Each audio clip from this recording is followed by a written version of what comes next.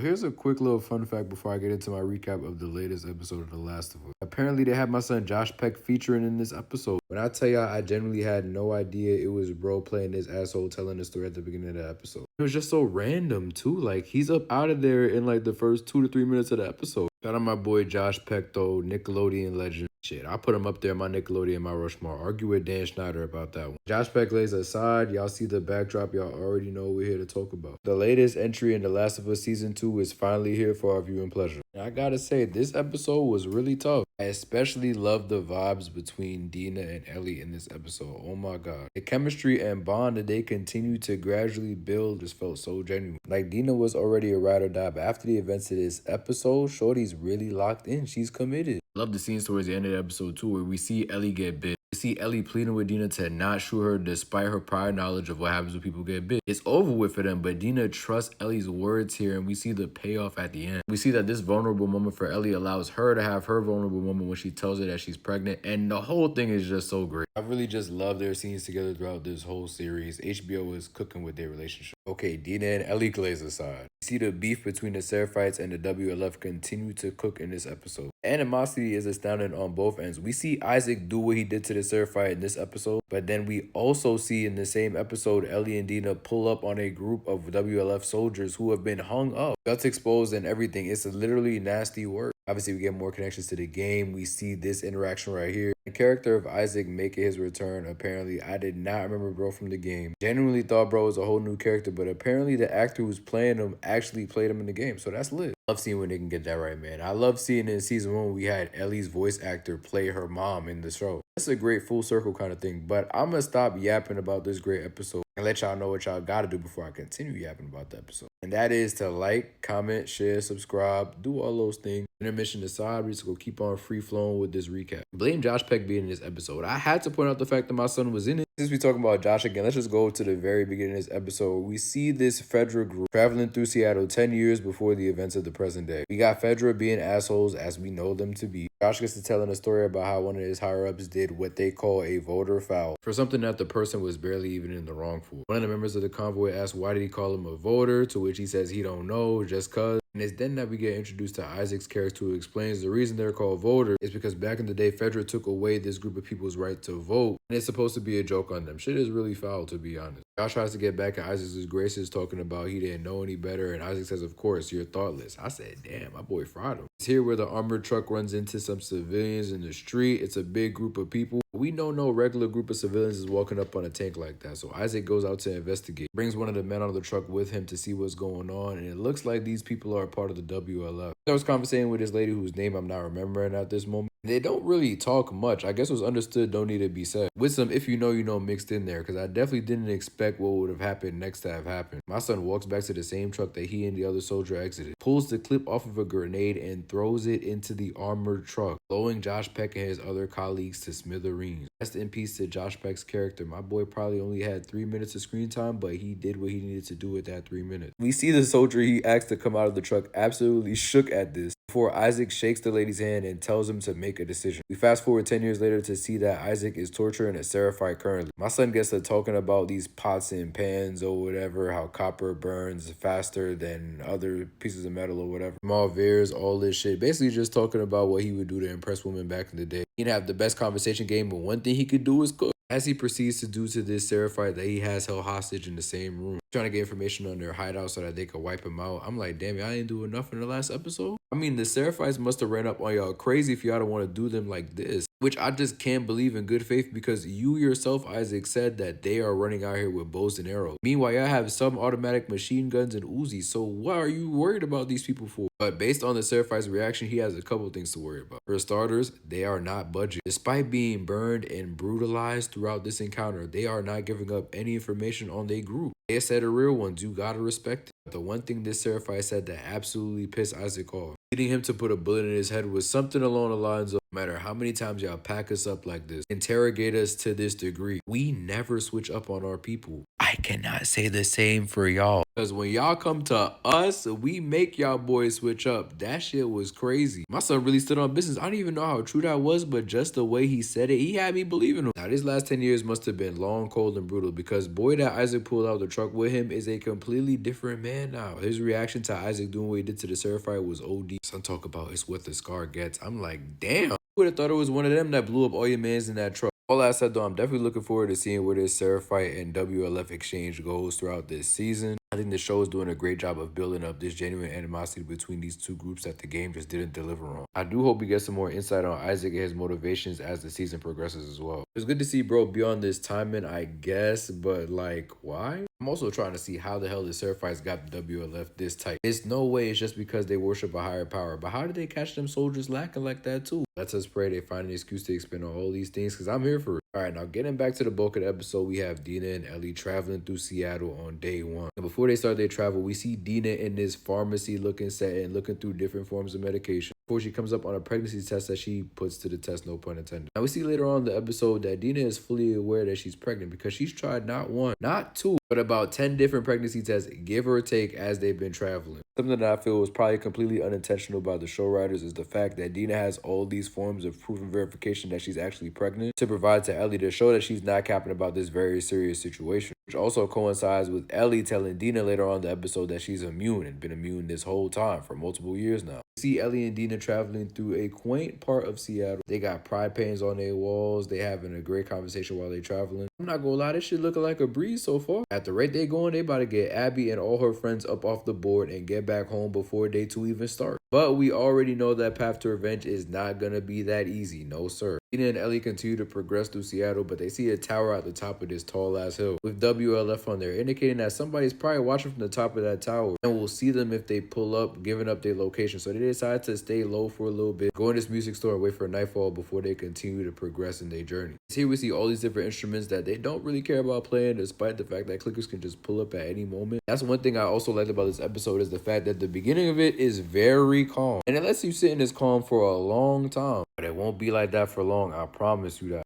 She gets to looking around the spot and she finds a couple guitars. She pulls one out and starts playing Take On Me, and when Dina hears this, you already know her ass is up them steps in 2.5. That's Bay playing. She listens to Ellie play through the whole song, actually encourages her to keep going when Ellie stops when she first gets up the steps. And look at her cheesing right here while she's playing. Isabella Merced damn near look like she about to cry while Ellie's playing this song. She's really feeling it. Like, I don't know, son. If I ain't know any better, I say these two look like they in love in real life. The chemistry between Isabella Merced and Bella Ramsey cannot be understated. Dina and Ellie's relationship in part 2 is, in my opinion, the most important relationship in the whole game. And so far, the show is nailing this adaptation. So Dina proceeds to give Ellie a standing ovation before giving the late Joel his prop for putting Ellie on game to this degree. After this, we skip to nightfall. Y'all already know it's go time. Dina and Ellie start making their way through this WLF building, all stuff like before running into this room where we see WLF soldiers hung up with their guts exposed. This is where we see Dina throwing up. And yeah, she pregnant, but honestly, this sight is nasty as hell. I can only imagine how bad it smelled in that room. It's here where Ellie puts 2 and 2 together and realizes that the group that was taken out in the woods in the last episode are the same ones who hung these WLF soldiers. But just when she finds this out, we hear people on the other end of the room pulling up to the room that they in. But they gotta get to hiding real quick. They get into investigating. Ellie and Dina make their way out that room just